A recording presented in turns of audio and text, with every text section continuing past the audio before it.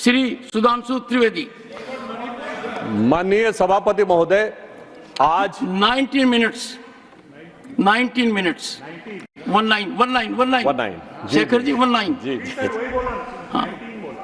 माननीय सभापति महोदय, आज मैं बहुत भारी मन से इस विषय के ऊपर अपना विचार रखने के लिए आपके समक्ष प्रस्तुत हूं। एक इस विषय में महत्वपूर्ण बात यह है कि इस विषय पे सभी तरफ से एक समान कंसर्न उभर कर सामने आ रहा है। इस सदन में हम इस विषय पे चर्चा कर रहे हैं, दूसरे सदन में भी इस विषय पे कार्य स्थगन प्रस्ताव के नोटिस हैं, जिसमें कांग्रेस पार्टी की तरफ से भी हैं, और इस सदन में आम आदमी पार्टी की प्रतिनिधि की तरफ से भी यह विषय लाया गया है। यह दर्शाता है कि यह विषय कितना व्यापक और कितनी संवेदना की दरकार रखता है। सभापति महोदय, दिल्ली भारत की राजधानी है। यहां पर लोग अपने जीवन की और राष्ट्र के सेवा की अनेक आकांक्षाओं को लेकर आते हैं। पिछले कुछ वर्षों में हमने देखा कि सिर्फ जीवन यापन के लिए नहीं, नए अवसरों की तलाश में ही नहीं, बल्कि कोचिंग के माध्यम से नए कैरियर की तैयारी के लिए भी भारी संख्या में छात्र आने शुरू हुए। उल्लेखनीय बात यह है कि इसके लिए जो कोचिंग संस्थाएं थीं, उनको जिस प्रकार की व्यवस्था सुनिश्चित करनी चाहिए थी, वैसा होता दिखाई नहीं पड़ा। उससे अधिक संवेदनशील बात यह है कि सरकार को जिस गंभीरता और सतर्कता के साथ उस पर नजर रखनी पड़नी चाहिए थी, वो भी नहीं हुआ। अभी जो घटना हुई है वो बहुत हृदय विदारक है और पीड़ादायक है कि एक सैलाब आया जो 3 बच्चों के जीवन को बहा के ले गया, उनके परिवार की आशाओं और आकांक्षाओं को बढ़ा के ले गया। मगर अफसोस की बात है कि जिनके ऊपर इसकी जिम्मेदारी होनी चाहिए थी, उनकी आंखों में एक आंसू तो छोड़िए, उनके माथे पर शिकन भी नजर नहीं आई। बजाय इसके कि वो नाना प्रकार से चीजों में, इस चीज में अपना बचाव और मैं कहूं कि कुछ हद तक निर्लज्जता के साथ राजनीति करते हुए नजर आए। निर्लज्जता will not go on record. Okay, मैं आपकी बात पर शब्द वापस लेता हूं। मैं कहूंगा पूरी तरीके से लापरवाही के साथ और अनुचित भावना के साथ अपना विचार या यूं कहूं भ्रम फैलाते हुए नजर आए। अब यहां पर यह बात मैं इसलिए कह रहा हूं कि अगर यह घटना अचानक हो गई होती तो हम ये मान सकते थे कि सरकार अनायास इन चीजों को समझ नहीं पाई। मैं सदन के समक्ष यह विषय आपके माध्यम से रखना चाहता हूं कि इस विषय पे संबंधित छात्रों के द्वारा अनेक कंप्लेंट्स की गई और उन कंप्लेंट्स के रिमाइंडर भी किए गए, जिसमें एक कंप्लेंट 26 जुलाई को एक छात्र के द्वारा की गई है, जिसमें उसने बहुत साफ लिखा है कि वो करोल बाग का निवासी है। राव आईएएस के बेसमेंट में परमिशन के बगैर एनओसी के क्लासरूम संचालित हो रहे हैं। मैं पूरी वो नहीं पढ़ रहा हूं। अंत में वो कहता है कि श्रीमान जी से विनम्र अनुरोध है कि इस प्रकार के बड़े बड़े यूपीएससी के कोचिंग संस्थान जो विद्यार्थियों का जीवन दांव पर लगाकर अवैध जगहों पर कक्षाओं को संचालित कर रहे हैं, इन पर कड़ी कार्रवाई की जाए। ये 26 जून का है। ये एप्लीकेशन कहां दी गई? ये एप्लीकेशन एनसीटी दिल्ली को रिसीव की गई है, ministry department of grievances description में। Put it on the table of the house also. Definitely हम ये पुट कर देंगे, आप फ्लोर पे रखता हूं। और उसमें रिमाइंडर भी है। रिमाइंडर है, कोई कार्रवाई नहीं हुई, 15 जुलाई का रिमाइंडर। उसमें वो ये कहते हैं कि sir it is very important and urgent to take the action. फिर 22 जुलाई को, एक हफ्ते के बाद, फिर वो रिमाइंडर देता, sir please take action, the issue of student safety is there. मगर इसके बावजूद सरकार के कान पर जू नहीं रेंगती है और इतनी बड़ी घटना अंजाम हो जाती है। जी, अब एक और मैं विषय ध्यान देना चाहता हूं। इसी बीच में ये 26 जून से लेके और 22 जुलाई के बीच की घटना है, परंतु इसी बीच में इसी बिल्डिंग को 9 जुलाई को फायर डिपार्टमेंट एनओसी दे देता है। यानी ये कार्रवाई चल रही है। वो एनओसी की कॉपी भी मैं आपके समक्ष रख सकता हूं और एनओसी में बेसमेंट को स्टोरेज के लिए दिखाया गया है। अब यदि वो फायर डिपार्टमेंट ने एनओसी दी है और स्टोरेज के लिए दिया है, तो क्या बगैर इंस्पेक्शन के किया?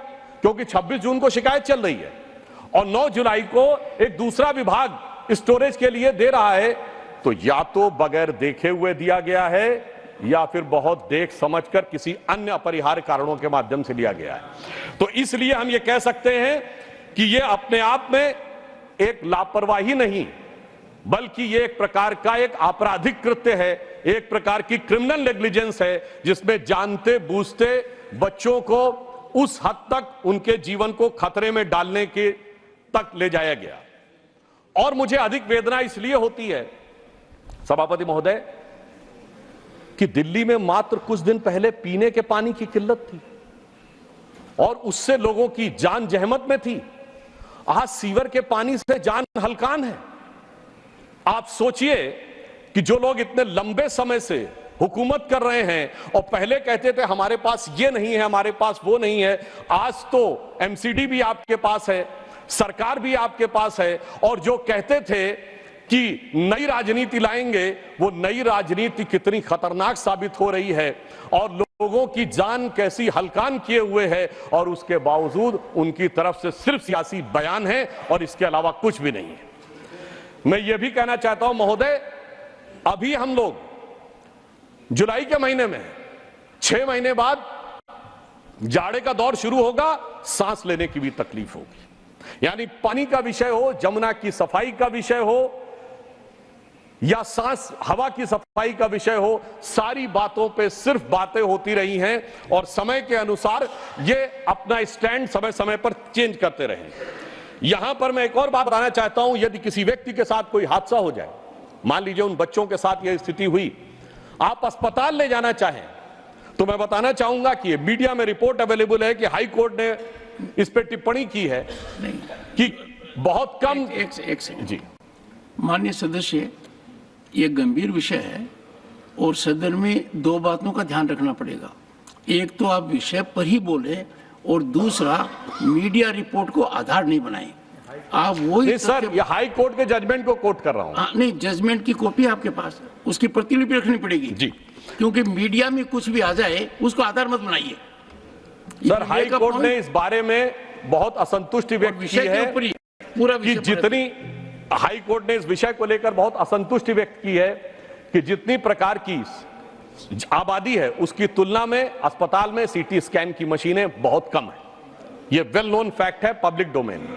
और इतना ही नहीं, मैं तो कांग्रेस के प्रदेश अध्यक्ष का बयान कोट करना चाहूंगा, जिसमें उन्होंने कहा था कि 32 अस्पतालों में से 68 ऐसे हैं जहां पर ऑपरेशन थिएटर काम ही नहीं कर रहा है। यह कांग्रेस के प्रदेश अध्यक्ष का बयान।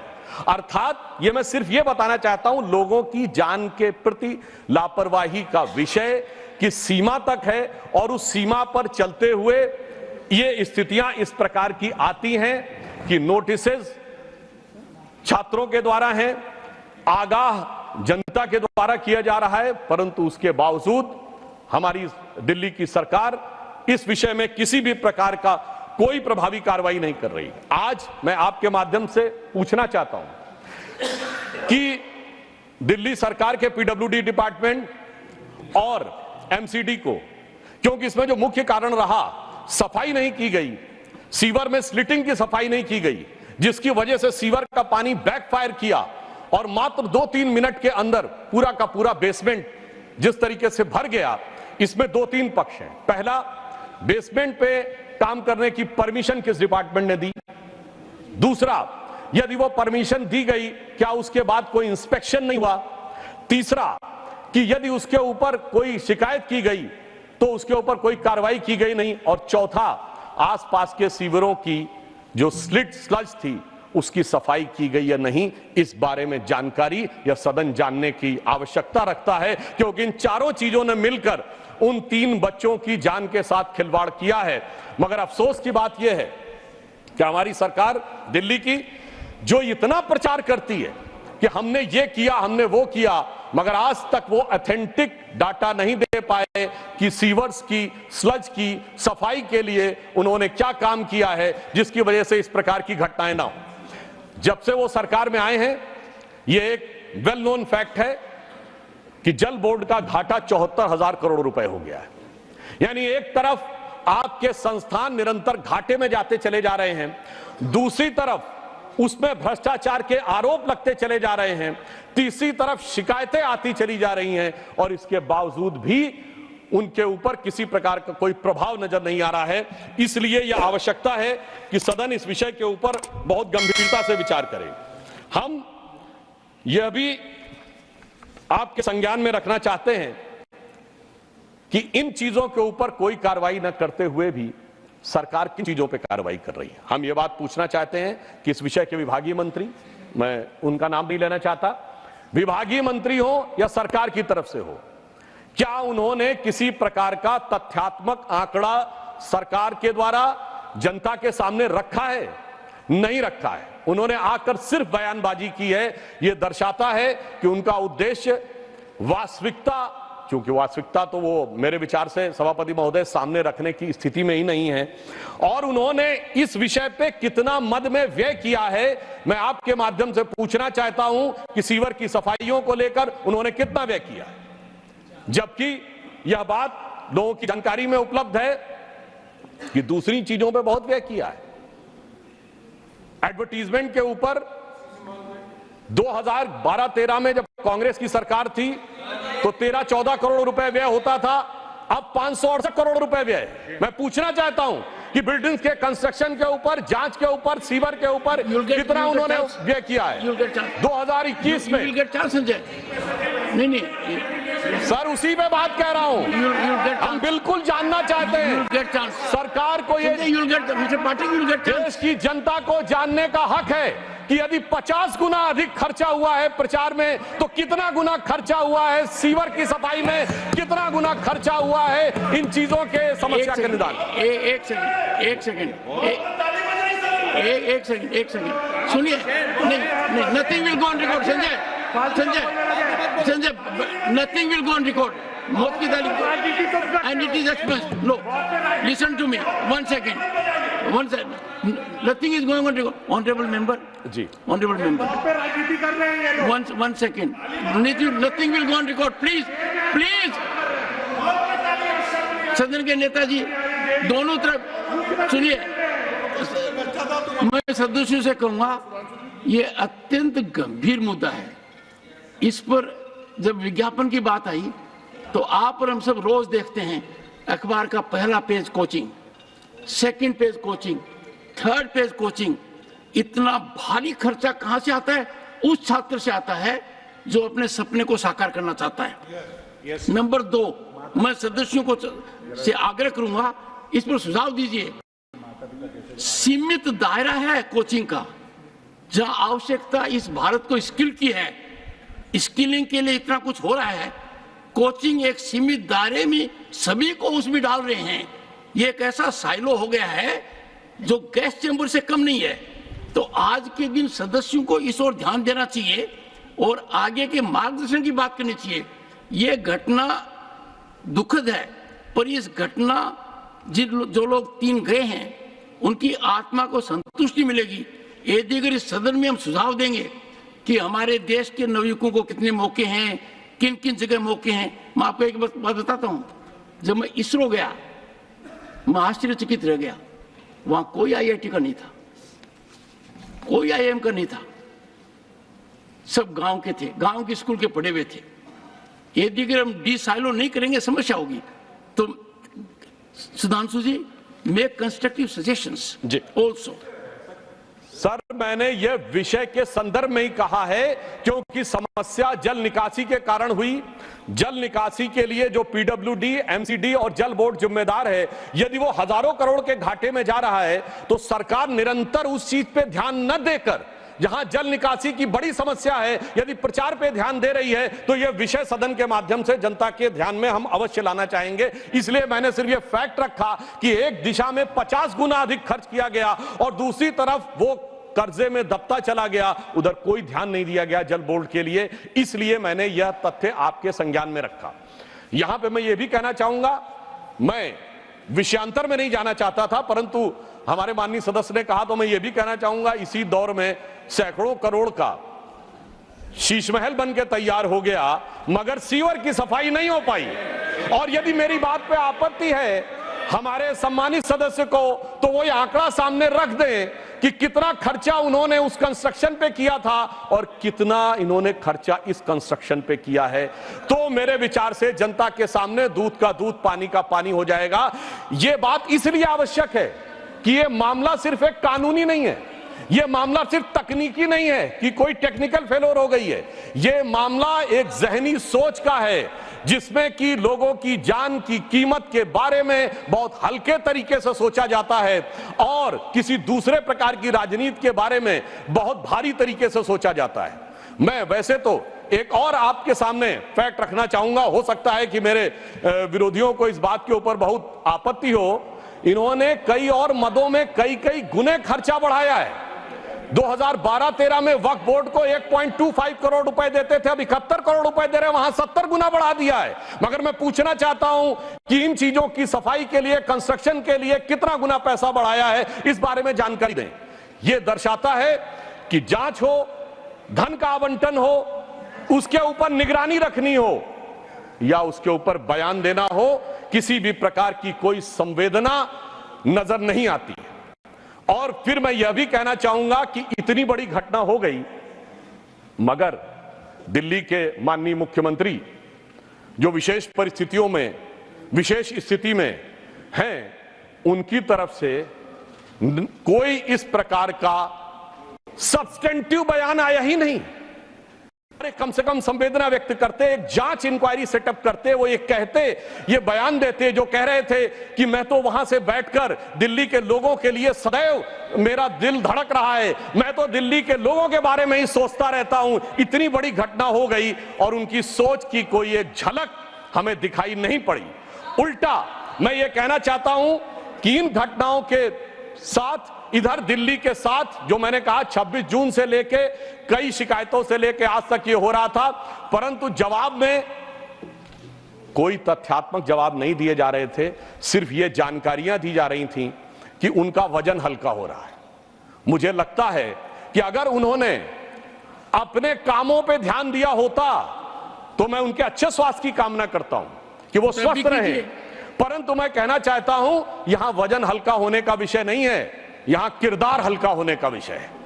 और जिस प्रकार का आचरण आम आदमी पार्टी ने दिखाया है, वो निश्चित रूप से उनके आचरण के और उनकी सरकार के परफॉर्मेंस पे संजय बिल्कुल महोदय उस पर चर्चा हो रही है। देखिए क्यों, इसमें कौन सी बात है महोदय? अगर महोदय मैं आपके माध्यम से कहना चाहता हूं महोदय, सुधांशु जी मेरे विषय, मेरे एक सेकंड सुने Sanjay, nothing is going on record. Sanjay, nothing is going on record. बैठिए please, let us please Sanjay, take your seat.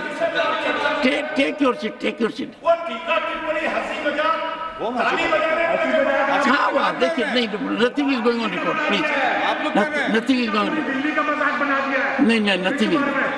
हाँ महोदय, देखिए मैं आपके माध्यम से और भी बात स्पष्ट करना चाहता हूं, यदि हमारे सम्मानित सदस्य को आपत्ति है। सरकार के मंत्री आते हैं, सरकार के विषय में बोलते हैं। मैं पूछना चाहता हूं पिछले इतने महीनों में आगे सरकार के मंत्रियों ने कितनी बार सरकार के विषय में बोला है, सरकार की कार्रवाई में बोला है, और यही विषय बोला है ना जिनको लेकर इनको आपत्ति है। मैं आपके माध्यम से यह बात पूरे देश के सामने रखना चाहता हूं कि उनके मंत्री, सरकारी मंत्री आके, जिनका काम सरकार के कार्यों के बारे में टिप्पणी देना है, वो आकर वजन हल्का होने की बात करते थे। यदि यह बात मैंने आज याद दिला दी कि उन्होंने अपने कामों पे ध्यान दिया होता तो यह स्थिति नहीं होती। तो उनको इस बात पे आपत्ति हो रही है। तो यहां पर मैं एक और बात भी कहना चाहता हूं, दुखी मन से, मगर यह भी बताते हुए कि सिर्फ बातें करने से काम नहीं होता है, कम से कम कार्य करने चाहिए, गंभीरता से करने चाहिए। उसके बाद मैं 2-3 अपने मन के सुझाव भी व्यक्त करूंगा। वो उनके लिए कहना चाहूंगा कि चंद बातें करना और मुतमई होना नहीं अच्छा, सियासत आखिरी दम तक सभी को आजमाती है, बहुत गलती की गुंजाइश नहीं होती सियासत में, जरा किरदार हल्का हो कहानी डूब जाती है। तो जो आपने किया है वो दिल्ली की जनता की अपेक्षाओं को और जो जिस आधार पर आपको लाया गया था उसको दूर करने का काम किया। अब मैं, इन्होंने कहा, सुझाव तो मैं बहुत साफ कहना चाहता हूं, जितने गुने पैसे आपने, जितना ध्यान आपने प्रचार प्रसार पर, वक्फ बोर्ड के विस्तार पर दिया है, आप उसकी बजाय ध्यान हटाइए और दिल्ली के सीवरों को साफ करने के लिए धन आवंटित करिए।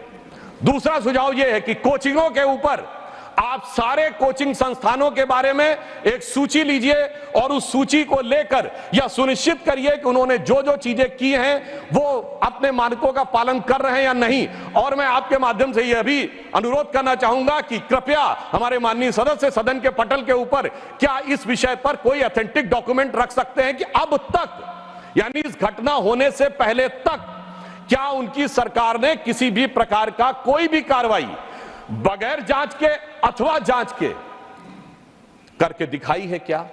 यदि नहीं की है तो मैं उनसे अनुरोध करूंगा कि अब इस घटना के संज्ञान लेकर कृपया सख्ती के साथ पहले यह तय करें कि कितने कोचिंग संस्थान हैं, वो वास्तविकता में जितने उनको परमिसिबल लिमिट है उसमें वो छात्रों की संख्या रखे हुए कि नहीं, और यदि उन्होंने उनको कहीं रेजिडेंस दे रखा है तो वो रेजिडेंस मानकों के अनुरूप है या नहीं। क्योंकि आज तो महोदय ये तो पानी की घटना हुई, कल के दिन फायर हैजार्ड भी हो सकता था।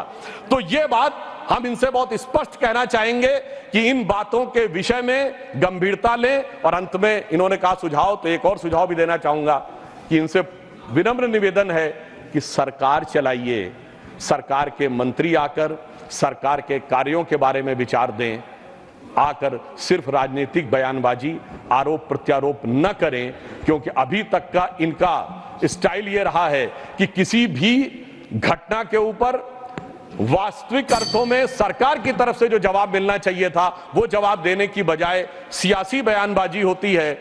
तो मैं अंत में सिर्फ ये कहते हुए अपना निवेदन समाप्त करता हूं कि यह घटना बहुत हृदय विदारक है और इस घटना के बारे में जैसी संवेदनशीलता की अपेक्षा दिल्ली सरकार से थी वो नहीं हुई है।